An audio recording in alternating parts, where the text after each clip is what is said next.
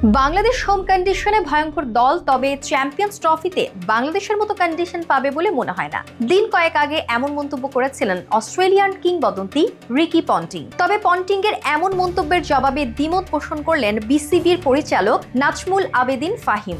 তিনি বললেন, গত 4-5 মাসে বাংলাদেশ দলের যথেষ্ট উন্নতি হয়েছে, যেটা রিকি পন্টিং হয়তো দেখেননি বা ধারণা করতে পারবেন না।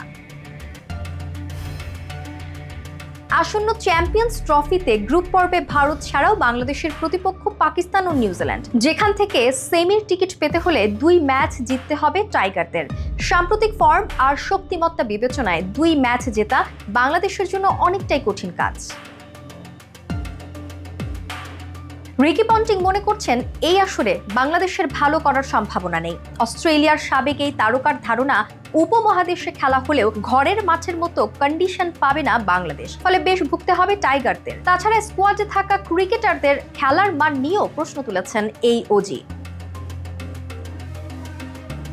কিছুদিন আগে আইসিসির এক পডকাস্টে বাংলাদেশ নিয়ে পন্টিং বলেছিলেন, আমার ধারণা তাদের সংগ্রাম করতে হবে। দলটিতে সেরকম মান আছে বলে মনে হচ্ছে না, বিশেষ করে চ্যাম্পিয়ন্স ট্রফির অন্য দলগুলোর সাথে তুলনা করলে। এখন দলটিতে কোয়ালিটির অভাব আছে মনে হচ্ছে। তারা তাদের আদর্শ হোম কন্ডিশন পেলে তখন তারা ভয়ঙ্কর দল, তবে চ্যাম্পিয়ন্স ট্রফিতে বাংলাদেশের মতো কন্ডিশন পাবে বলে মনে হয় না।